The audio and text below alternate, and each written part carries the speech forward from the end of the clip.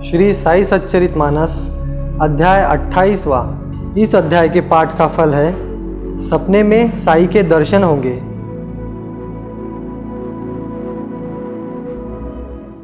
अध्याय 28वां कथा है शिरडी के श्री साई समर्थ पूरे करते भक्त मनोरथ।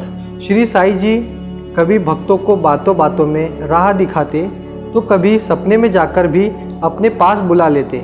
अब एक हकीकत कुछ ऐसी है, वह कह देता हूँ। एक रैली ब्रदर्स नाम की बहुत बड़ी कंपनी है जिसका कारोबार पूरी दुनिया में फैला हुआ है। हिंदुस्तान में भी उनकी कई शहरों में कचहरियाँ थी और आज भी है। उनकी बम्बई की कचहरी में एक सज्जन मुंशी जी थे, नाम था उनका लक्ष्मी चंद। मेरे भक्त कोई भी भक्त इस जहां में कहीं पर भी क्यों न हो, मैं उसे मेरे पास ऐसा खींच लेता हूँ जैसे चिड़िया के बच्चे के पैर में धागा बांधकर उसे खींचा जाए। यह बात बाबा बार बार दोहराते और भक्तजनों को ऐसा अनुभव भी होता था। बिना किसी कारण इत्तिफाक से लोगों को शिरडी जाना नसीब होता था और फिर वे बाबा के चाहने वाले बन जाते थे। लक्ष्मी चंद जी के बारे में भी ऐसा ही हुआ। वह बम्बई में सांता क्रूज इलाके में रहते थे। एक दिन उन्हें सपना आया। उसमें देखा तो क्या, एक लंबी कद वाले दाढ़ी वाले साधु उन्हें दिखाई दिए। उन्होंने साधु महाराज को नमस्कार भी किया। जागने पर उन्होंने उस सपने के बारे में बहुत सोचा लेकिन कुछ भी अर्थ समझ न सके। खैर, कई दिन बीतने पर उन्हें दासगणु का संकीर्तन सुनने का मौका मिला। दासगणु हर वक्त श्री बाबा की तस्वीर सामने रखकर ही संकीर्तन कर लेते। वहाँ पर जैसे ही लक्ष्मी चंद की नज़र उस तस्वीर पर पड़ी तो उन्हें वह सपना याद आया और वह पहचान गए कि सपने में जिस साधु ने दर्शन दिए थे वह यही श्री साई बाबा ही थे। एक तो दासगणु का भाव भरा संकीर्तन, उसमें तुकाराम की कथा और सपने का खुलासा, इन तीनों बातों का मिला जुला असर हुआ और उनकी आंखों में आंसू छलक गए। श्री बाबा का दर्शन लेने के लिए वे बेताब हो गए। बाबा का पता तो मालूम हो गया और मिलने की आस भी लगी। अब वह शिरडी जाने की सोचने लगे। एक ही मुश्किल थी कि खर्चा पानी के लिए पैसों का इंतजाम कैसे किया जाए, मगर यह व्यवस्था बाबा ने कर रखी थी। वह ऐसी कि उस रात 8 बजे किसी ने उनके दरवाजे पर दस्तक दी। दरवाजा खोलने पर देखा तो उनके मित्र शंकर राव थे। अंदर आते ही वे बोले, लाला जी, मैं केड़गांव के संत पूजनीय नारायण महाराज के दर्शन हेतु जाने वाला था, मगर मेरा मन अब शिरडी जाने के लिए कह रहा है। अगर आप भी साथ चलेंगे तो ठीक लगेगा। यह सुनने पर लाला जी फूले न समाये। उन्होंने अपने चचेरे भाई से 15 रुपए उधार लिए और शंकर राव के साथ चल पड़े।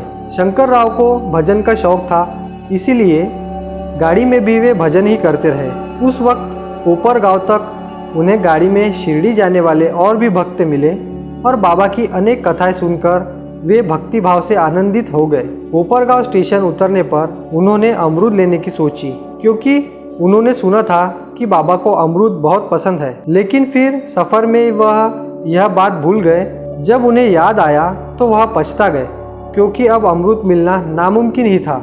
लेकिन बाबा की करामती का नमूना उन्हें अब दिखाई पड़ने वाला था। देखते हैं तो क्या, एक बुढ़िया टोकरी में अमरूद रखकर उनके तांगे के पीछे दौड़ती आ रही थी। यह देखकर लक्ष्मी चंद ने तांगा रोका और चुन चुन के अच्छे अमरूद खरीदे।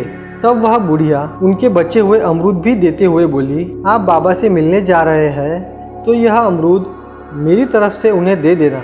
उनकी भक्ति देखकर लक्ष्मी चंद ने वे अमरूद भी ले लिए। जब वे आगे निकले तो अपने सपने से लेकर अमरूद मिल जाने तक की पूरी बातें सोच सोचकर उनका अर्थ समझने में उलझ गए। शिरडी आने पर उन्होंने पूजन का सामान खरीदा और मस्जिद पहुँचे।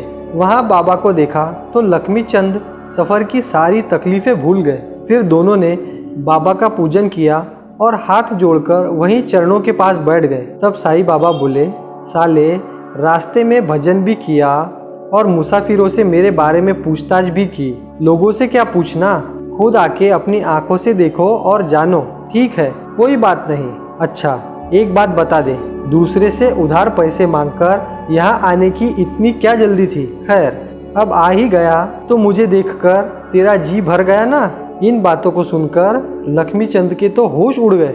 फिर बाबा से आज्ञा पाकर वे दोनों साठे के घर पहुँचे। वहाँ वे दोपहर के खाने पर बैठे थे तो किसी ने उनकी थाली में शीरा परोस दिया। वह खाकर उन्हें बहुत संतोष हुआ। दूसरे दिन उन्हें खाना खाते वक्त वह शीरा याद आया, मगर रोज शीरा कौन देगा, ऐसा सोचकर वह चुप रह गए। तीसरे दिन जब बापू साहब पूजन और आरती की तैयारी करने आए तो बाबा ने उन्हें रोककर कहा, आरती पूजन बाद में करो, पहले भोग लगाने के लिए शीरा ले आओ। और भी सब लोगों से बाबा ने यही कहा। तो उस रोज 2 बड़ी देग भर के शीरा भी आ गया।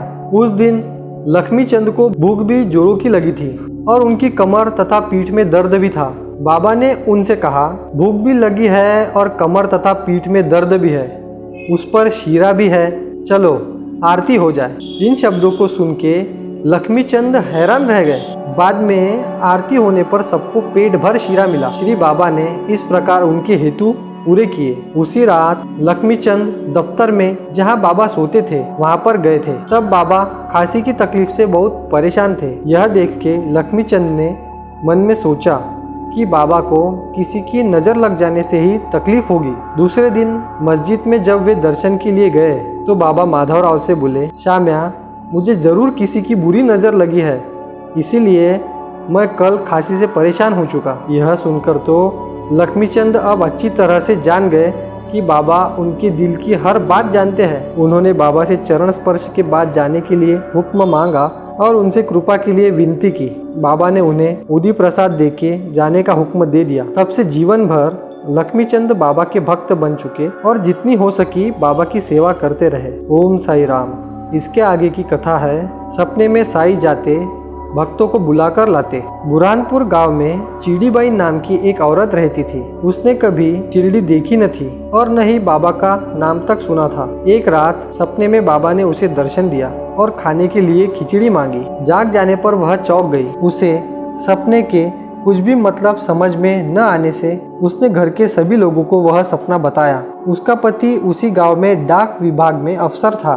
बाद में उसका तबादला गांव अकोला में हुआ। एक दिन वहां के लोगों से बाबा के बारे में सुन के वह परिवार सहित शिरडी आया। दर्शन लेने पर चिड़ीबाई को अपना सपना याद आया और खिचड़ी मांगने वाले बाबा ही थे। इस बात को वह जान गई। फिर बाबा की पूजा करके वे दोनों वहां 2 महीने तक ठहर गए। वह औरत रोज खिचड़ी बना के ले आती और बाबा खिचड़ी खा के संतोष दिखाते। एक दिन वह खिचड़ी लेकर आई थी तो बाबा उससे पहले ही भोजन करने पर्दे के पीछे चले गए थे। आज अपना भोग चूकता हुआ देखकर वह नाराज हो गई। वहाँ का ऐसा रिवाज था कि भोजन के समय अंदर जाना सबके लिए मना था, लेकिन गरम खिचड़ी खाए बिना बाबा रह जाएंगे। इस विचार से चिड़ीबाई इतनी बेचैन हो उठी कि वह सीधी पर्दे के अंदर घुस गई और बाबा के पास जाकर बैठी। उसे देखकर बाबा ने वह थाली दोनों हाथों से उठाई और सारी खिचड़ी खा डाली। उसे खुशी हुई और वह थाली लेके घर लौटी। सपने के बारे में और एक हकीकत अब देखेंगे। यह बात एक पंजाबी ब्राह्मण के बारे में घटी है। उसका नाम था रामलाल और वह बम्बई रहने वाला था। एक रात उसे सपने में एक फकीर दिखाई पड़ा और उससे कहने लगा, तू मेरे पास चला आ, और फिर वह गायब हो गया। जागने पर रामलाल बड़े अचंभे में पड़ गया। वह सोचता रह गया लेकिन कुछ भी मतलब समझ न सका। सवेरे ही अपना स्नान वगैरह होने पर वह अपने काम पे जाने के लिए निकल पड़ा। जाते जाते सहज ही उसकी नज़र एक दुकान में टंगी तस्वीर पर पड़ी। उसे देखते ही वह चौंका और दुकानदार से उसने एक तस्वीर के बारे में पूछा तो उससे मालूम पड़ा कि तस्वीर में जो हजरत है उनका नाम साईं बाबा है और वह जिला अहमदनगर के तालुका कोपर गाँव में शिरडी नामक गाँव में रहते हैं। रामलाल को अब सपने में देखे हुए फकीर का अता पता तो मिल गया। वह इतना बेताब हो उठा कि लगे हाथों शिरडी पहुंचा और सारी जिंदगी बाबा की सेवा करते रहा। ओम साई राम। इसके आगे की कथा है, मेघा यह शंकर आया है, अब वह तेरे लिए ही है। हरि विनायक तथा राव बहादुर साठे जिला खेड़ा के जिला अधिकारी थे। एक बार मेघा नाम के गुजराती ब्राह्मण से उनकी मुलाकात हुई। यह ब्राह्मण शिव का भक्त था, इसीलिए उन्होंने उसे एक शिव मंदिर में पुजारी के पद पर रख दिया। साठे जी को इस मेघा से बहुत प्यार था और मेघा भी उनसे वैसा ही अदब के साथ बर्ताव करता था। आगे साठे शिरडी जाने लगे और लोगों की रहने की मुश्किलें देखकर उन्होंने वहां एक भवन का निर्माण किया। एक बार बात ही बात में साठे जी ने मेघा से अपने दिल की बात कह डाली। वह यह थी कि बाबा को गंगा जल से अभिषेक किया जाए। अगर मेघा यह काम करे तो बाबा से उसकी पहचान भी होगी, और अगर मेघा के मन में बाबा के प्रति भक्ति भाव जाग उठा तो उसकी ज़िंदगी बदल जाएगी। मेघा बड़ा कर्मनिष्ठ ब्राह्मण होने से उसने साठे जी से बाबा की जाति के बारे में पूछा। उस पर साठे जी बोले, आज तक तो इस बारे में किसी को कुछ भी जानकारी नहीं है, लेकिन उनके मस्जिद में रहने से और पोशाक से वे मुसलमान होंगे ऐसा अंदाजा होता है। यह सुनकर मेघा बड़ी दुविधा में पड़ गया। वह मन ही मन में सोचने लगा, यवन जैसा कोई नीच नहीं, और बाबा अगर यवन होंगे तो वह गुरु कैसे हो सकते हैं। अगर यह काम नकारा जाए तो साठे जैसे सज्जन का दिल दुखेगा, और हाँ कह दूं तो यवन की सेवा का मुझे पातक लग जाएगा। इसी विचार में वह उलझता रहा। आखिर उसने हाँ कर दी और शिरडी पहुंचा।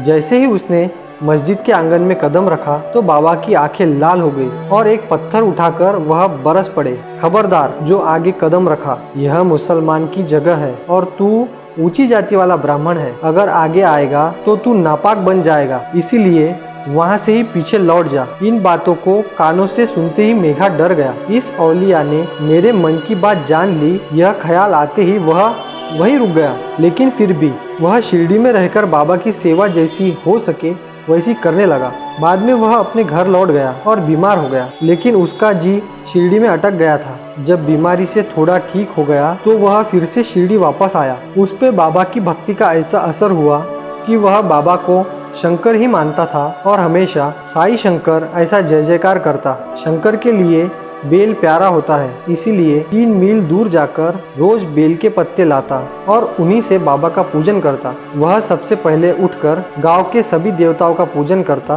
और आखिर में मस्जिद जाकर साई का पूजन करता। दोपहर की बाबा की आरती भी वही करता। एक दिन उसकी इस पूजा में खंड पड़ गया। पूजन करने जब वह निकला तो खंडोबा के मंदिर के दरवाजे बंद थे, अतः वह पूजन नहीं कर पाया। बाद में वह मस्जिद गया। जब आरती की तैयारी करके बाबा के पास पहुंचा तब वे बोले, आज तेरे पूजन में खंडोबा का पूजन रह गया। पर मेघा ने दरवाजे बंद रहने से अपनी मजबूरी बताई। तब बाबा ने कहा, अब दरवाजा खुला मिलेगा, जा पहले वह पूजन करके आ। मेघा ने वहां जाने पर देखा तो दरवाजा खुला हुआ मिला। फिर वह पूजन करके मस्जिद आकर वहां भी आरती करने लगा।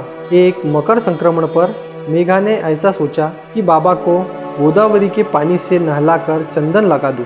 उसके पूछने पर बाबा ने हाँ कर दी। वह बड़े तड़के उठ के निकला और 16 मील का फासला तय करके पानी ले आया, लेकिन बार बार कहने पर भी बाबा नहाने के लिए नहीं उठे। दोपहर की आरती होके लोग खाना खाने के लिए अपने घर गए। मेघा वैसा ही बैठा था। तब साईं बाबा बोले, मुझ जैसे फकीर को यह गंगा स्नान का ठाट बाट किस लिए? फिर मेघा की उतरी हुई सूरत देखकर बोले, अच्छा अगर तेरा मन करता है तो 2-4 बूंदे मेरे सर पे डाल दे। सारे शरीर में सिर श्रेष्ठ है। वह भीग गया तो स्नान हो गया। फिर उठ के स्नान के लिए जाकर बैठ गए। मेघा को इतनी खुशी हुई कि खुशी के मारे वह बाबा का कहना भूल गया और हर हर गंगे ऐसा कहते हुए उसने पूरे घड़े बाबा के सिर पर उल्टे कर दिए। फिर बड़ा संतोष के साथ घड़े रखकर वह देखता है तो क्या, बाबा का सिर्फ सर गीला था। उनके कपड़ों पर या बदन पर पानी की एक बूंद तक नहीं थी।